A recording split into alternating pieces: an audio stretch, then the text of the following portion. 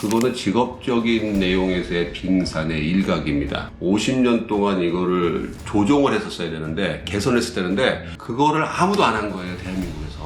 그 누적된 것이 지금 터지기 시작한 거예요. 터지기 시작해서 3, 4억 줘도 의대를 의료원 안 간다는 얘기가 나오니까 덮어씌기 시작한 거죠.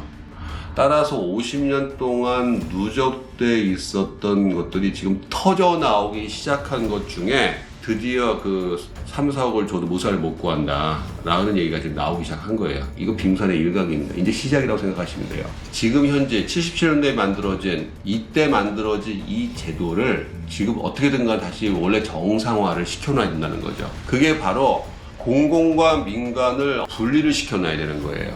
근데 지금은 대한민국은 거의 100% 민간 의료입니다. 그러면 대한민국이 지금 당장 뭐부터 해야 되는데?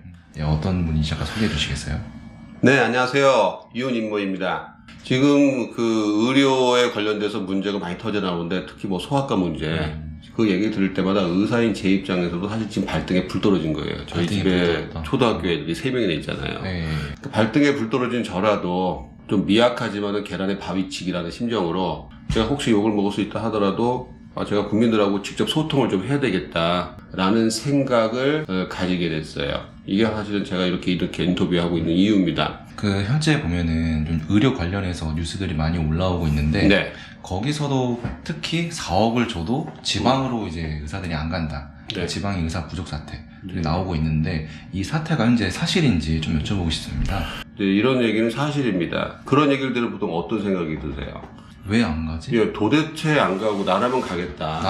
나라면 가겠다. 돈을 저렇게 많이 주는데 나라면 가겠다. 도대체 얼마를 버는 거냐? 도대체 얼마를 버는 거냐? 의사들 너무 콧대가 세다. 이렇게 기사와 정부가 몰고 가는 거죠. 실상은 이제 3, 4억을 줘도 안 가죠. 가면은 의사를 한 명 뽑습니다. 근데 한 명이요? 한 명을 뽑는데 24시간 일하고 일주일 내내 일을 해야 돼요.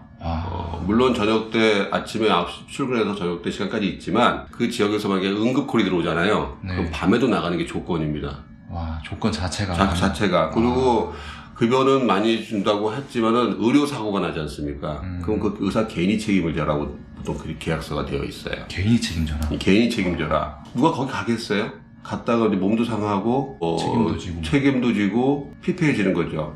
빙산의 일각입니다. 그 부분이 빙산의 일각인가요? 예, 빙산의 일각입니다. 의사는 많아지는데 쓸 의사가 없어진 거죠. 얼마 전에 책을 썼지만 그 책에도 그 내용처럼 베네수엘라라고 하는 나라가 지금 전 세계에서 최빈국이 되는 것 중에 그 과정 중에 보면 이상한 이유가 세계에서 이제 매장량 2위의 원유 보유국이거든요. 근데 석유는 많고 원유는 많은데 석유를 쓰지를 못하는 겁니다. 석유가 많은데 쓸 수가 없다. 쓸 석유가 없어요. 그거는 경제 운용의 실패인 거죠. 대한민국의 의사를 보면서 그런 생각을 했어요. 과거보다 의사는 더 많아졌는데 쓸 의사가 없어진 거예요. 지금 나오는 소아과 의사 선생님들 없어서 지금 병원에 입원이 안 되고 작년에 드디어 한국에서 제일 큰 병원이라고 하는 무슨 병원에서 간호사가 다른 사람들도 아니고 병원에 근무하던 간호사가 뇌에서 출혈을 했는데 그냥 사망을 했어요. 이런 얘기 과거에 들어보신 적이 없잖아요. 병원에 있으면 가장 안전할 거라고 생각하는데 응급실도 가깝고 과거엔 들어본 적이 없었는데 지금 들리는 거죠. 과거보다 훨씬 더 선진화된 대한민국이 이게 한국이 지금 뭔가 운용의 실패로 인해서 베네수엘라처럼 의료계의 베네수엘라처럼 되는가 보다 라는 생각을 했어요. 국민 여러분들께서는 이런 걸 좀 더 인식을 하셔서 의료의 문제를 보는데 조금 더 적극적인 좀 관심을 보였으면 하는 생각을 가지고 있습니다. 그럼 앞서 말씀해 주신 게 빙산의 일각이시라고 하는데 예. 그러면 그 밑에 부분은 또 어떤 내용이 좀 담겨 있나요?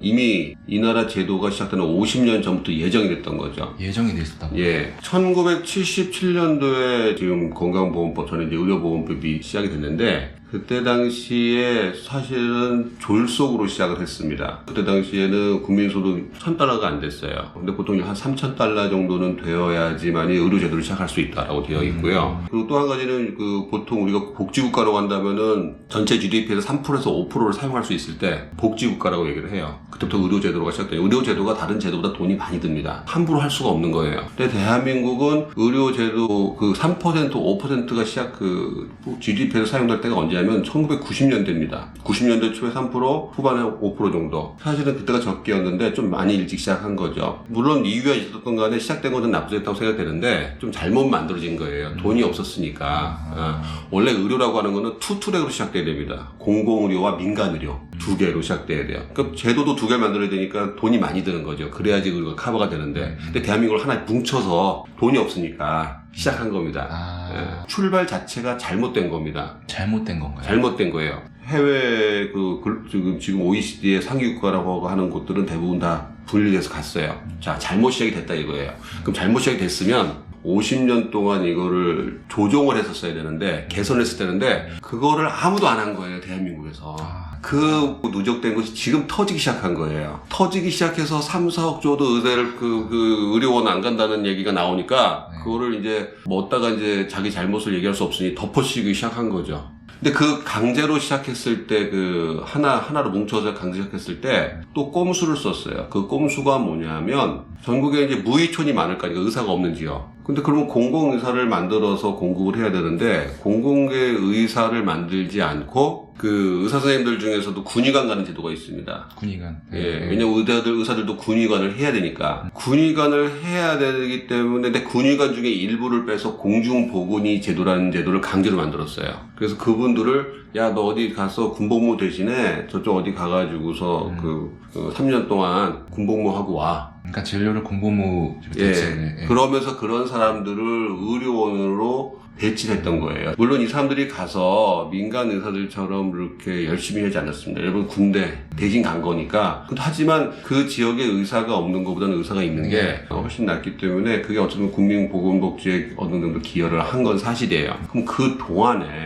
동안이라도 지금 이 제도가 어떻게 보면 약간 꼼수에 가까운 제도니 의사를 좀 더 양성을 해서 그걸 대치를 해야 되는 겁니다. 그때 당시에 시작했을 때 뭉쳐서 돈이 없는 상태에 시작하다 보니까 전국에 있는 무의촌에 얇은 담요를 이렇게 공중보건이라고 하는 담요를 깔아놓은 거예요. 우리 담요를 깔아놨으니 우리 무의촌이 없앴어? 그리고 나서 아무도 50년 동안 이 의료 제도에 대해서 신경을 안 쓴 거죠. 무의촌은 그렇게 해결한 겁니다. 그렇게 해서 지금까지 오다 보는데 이제 문제가 생겼어요. 어떤 문제가 생겼나요? 3년씩 다녀오는 거에 대해서 아무도 이의를 달지 않았어요. 예, 왜?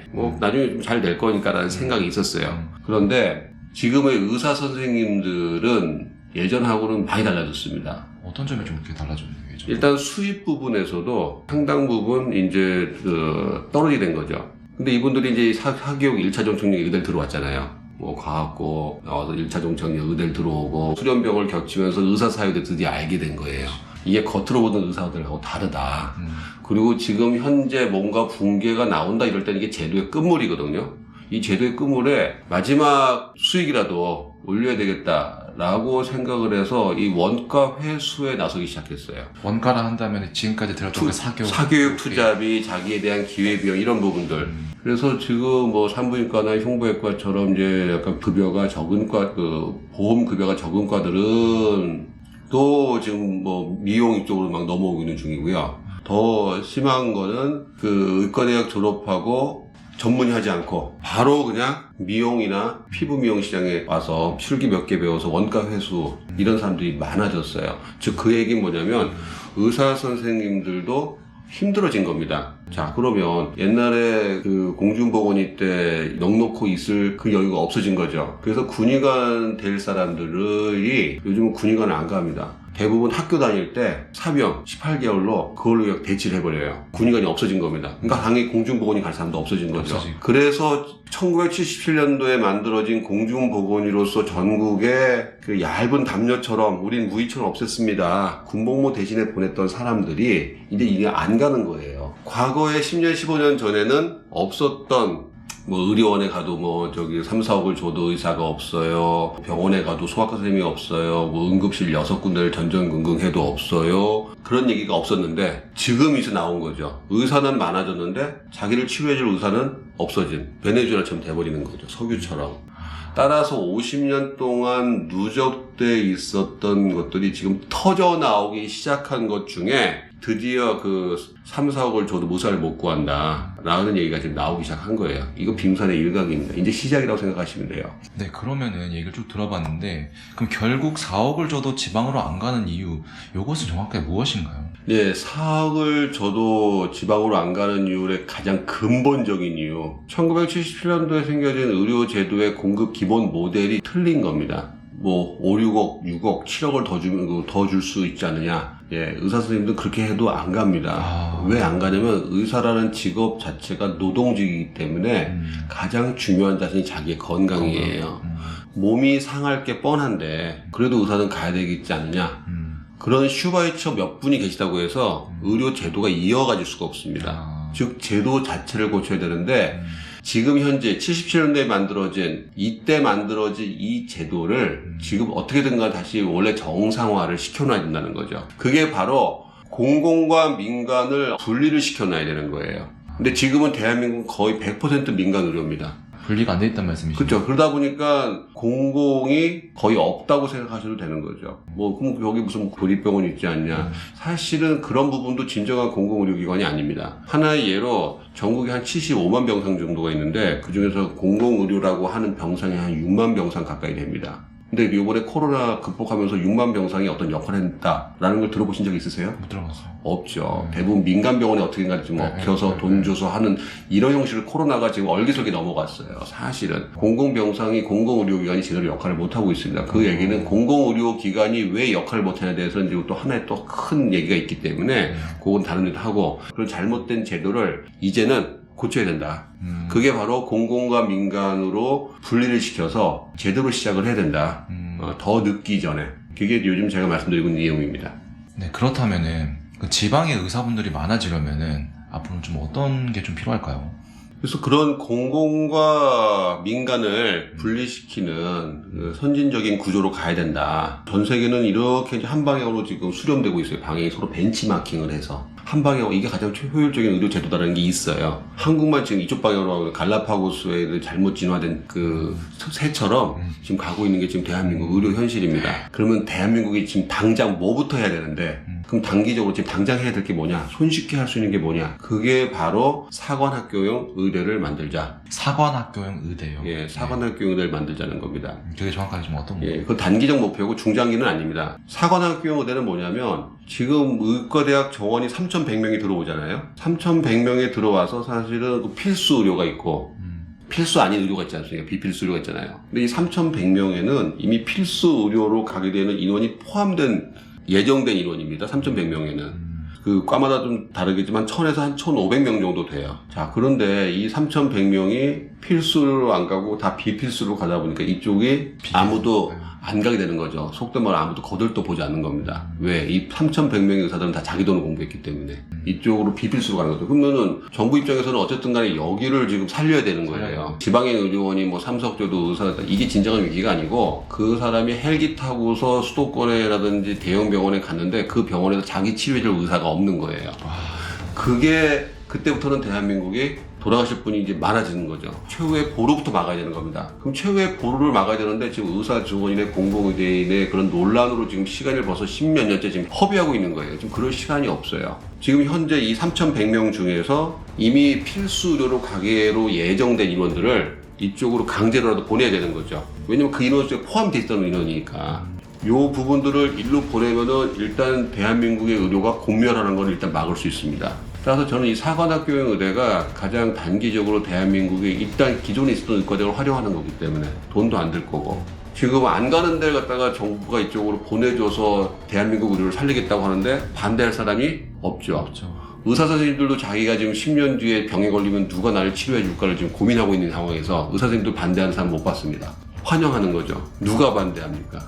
네, 정치인들이 반대할 겁니다. 따라서 이게 가장 현실적인 방법이고 이것이 대한민국의 의료가 지금 급속하게 가라앉는 것을 막을 수 있는 단기적으로 가장 중요한 해법이라고 생각해서 단기적 과제로서의 사관학교용 의대를 지금 주장하고 있습니다.